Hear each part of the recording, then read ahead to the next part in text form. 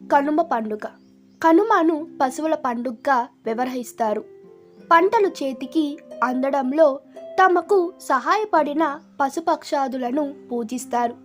సంవత్సరంలో మిగిలిన రోజులన్నీ తమతో పాటు కష్టపడి పనిచేసిన ఆవులను, ఎద్దులను పూజించి ప్రేమగా చూసుకునే రోజు ఇదే. పక్షులు కూడా రైతన్న నేస్తాలే. అందుకే వాటి కోసమే అన్నట్లు ఇంటి గుమ్మానికి ధాన్యపు కంకులు వేలాడదీస్తారు.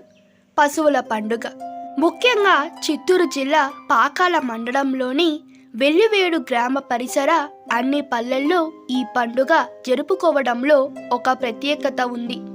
ఆ ప్రత్యేకత ఏమిటంటే, ఆ రోజు ఇంటికి ఒకరి చప్పున తెల్లవారక ముందే ఒక కత్తి, ఒక సంచి తీసుకొని సమీపంలో ఉన్న అడవికి బయలుదేరుతారు. అక్కడ దొరికే నానా రకాల వనమూలికలు, ఔషధ మొక్కలు సేకరిస్తారు. కొన్ని చెట్ల ఆకులు, కొన్ని చెట్లు బెదుళ్ళు, కొన్ని చెట్లు పూలు, వేళ్ళు, కాండాలు, గడ్డలు ఇలా చాలా సేకరిస్తారు. కొన్ని నిర్దిష్టమైన చెట్ల భాగాలను మాత్రమే సేకరించాలి.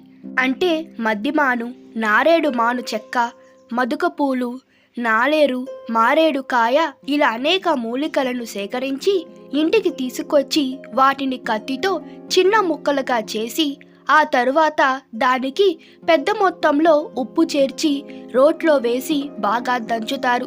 అదంతా మెత్తటి పొడిలాగా అవుతుంది. దీని ఉప్పు చెక్క అంటారు. ఇది అత్యంత ఘాటైన మధురమైన వాసనతో ఉంటుంది. దీన్ని పశువులకు తినిపించాలి. ఇదొక పెద్ద ప్రహసనం. అవి దీన్ని తినవు. ఆ చేత ఒక్కొక్క దాన్ని పట్టుకొని దాని నోరు తెరిచి అందులో ఈ ఉప్పు చెక్కను చారెడు పోసి దాని నోరు మూస్తారు. అప్పుడు ఆ పశువు దాన్ని మింగుతుంది. ఇలా ఒక్కొక్క దానికి సుమారు 2-3 దోశల ఉప్పు చెక్కను తినిపిస్తారు. గొర్రెలు, మేకలు అయితే కొన్ని వాటంతటే అవే తింటాయి, లేకుంటే వాటి కూడా తినిపించాలి. ఏడాదికి ఒకసారి ఈ ఉప్పు చెక్కను తినిపిస్తే అది పశువులకు సర్వరోగ నివారణని వీరి నమ్మకం. ఎందుకంటే అందులో ఉన్నవి ఔషధాలు, వనమూలికలే కదా. ఆ తరువాత పశువులన్నిటినీ పొలాల్లో బావుల వద్దకు గాని, చెరువుల వద్దకు గాని తోలుకెళ్ళి స్నానం చేయించి లేదా ఈత కొట్టించి ఇంటికి తీసుకొస్తారు. ఆ తరువాత వాటి కొమ్ములను పదునైన కత్తితో బాగా చెలిగి వాటికి రంగులు పూస్తారు. మంచి కోడలున్న వారు వాటి కొమ్మలకు ఇత్తడి కుప్పెలు తొడిగి మెడలో మువ్వల పట్టీలు, మూతికి ముజంబరాలు అలంకరిస్తారు. అన్నిటికీ కొత్త పగ్గాలు వేస్తారు. ఈ సమయంలో చేలన్నీ పగిలిపోయి ఉన్నందున పశువులన్నిటినీ వదిలేస్తారు. సాయంకాలం ఊరి ముందున్న కాటమ్మరాజును పునఃప్రతిష్ఠించి ఊరిలో ప్రతి ఇంటి నుండి ఆడవారు కాటమ్మరాజు ముందు పొంగలి పెడతారు. పొంగలి అంటే కొత్త కుండలో కొత్త బియ్యం, కొత్త బెల్లం వేసి అన్నం వండడం. 1 నెల ముందు నుండే కాటమ్మరాజు ముందు ఆ దారిన వచ్చిపోయే ఊరివారు రోజుకొక కంపో, కర్రో తెచ్చి అక్కడ కుప్పగా వేస్తారు. కనుమ రోజుకు అది ఒక పెద్ద కుప్పగా తయారై ఉంటుంది. దాన్ని చిట్ల కుప్ప అంటారు. చీకటి పడే సమయానికి పొంగళ్ళు తయారై ఉంటాయి. ఊరి చాకలి కాటమ్మరాజు పూజ కార్యక్రమం ప్రారంభించి దేవుని ముందు పెద్ద తలిగ వేస్తారు. అంటే ప్రతి పొంగలి నుండి కొంత తీసి అక్కడ ఆకులో కుప్పగా పెడతారు. పూజ అనంతరం మొక్కున వారు చాకలి చేత కోళ్లను కోయించుకుంటారు. అప్పటికి బాగా చీకటి పడి ఉంటుంది. అప్పటికి పశుకాపరులు అందరూ ఊరి పశువులన్నిటినీ అక్కడికి తోలుకొని వస్తారు. పూజారి అయిన చాకలి తలికలోని పొంగలిని తీసి ఒక పెద్ద ముద్దగా చేసి అందులో సగం పశువుల కాపరికిచ్చి తినమని చెప్పి తర్వాత అక్కడున్న చెట్ల కుప్పకు నిప్పు పెడతారు. పెద్ద మంట పైకి లేవగా పశువులు కాపరి పశువులన్నిటినీ బెదరకొట్టి చెదరు కొడతాడు. అవి బెదిరి పొలాల వెంబటి పరుగులు తీస్తాయి.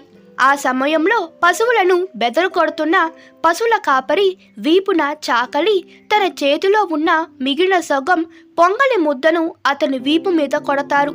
దాన్ని పిడుగు ముద్ద అంటారు. వాడు కూడా పరిగెత్తుతాడు. ఆ తరువాత అందరూ అక్కడ మిగిలిన తలిగలోని ప్రసాదాన్ని తిని మొక్కులు తీర్చుకొని చిట్ల కుప్ప మంట వెలుగులో తమ కోళ్లను కోసుకొని పొంగళ్లను తీసుకొని తాపీగా ఇళ్లకి వెళ్తారు. ఈ సందర్భంగా పెద్ద మొక్కున్న వారు పొట్టేలను కూడా బలి ఇస్తారు. దాని రక్తాన్ని అన్నంలో కలిపి ఒక కుప్పగా పెడతారు. దాన్ని పొలి అంటారు. ఆ పొలిని తోట కాపరి కానీ నీరు కట్టేవాడు కానీ తీసుకొని వెళ్ళి అందరి పొలాల్లో, చెరువుల్లో, బావుల్లో పొలో పొలి అని అరుస్తూ చల్లుతాడు. అప్పుడే కొత్త మొక్కులు కూడా మొక్కుకుంటారు. అంటే తమ పశుమందలు అభివృద్ధి చెందితే రాబోయే పంటకి పొట్టేళ్లను, కోడిని ఇస్తామని కాటమరాజుకు మొక్కుకుంటారు.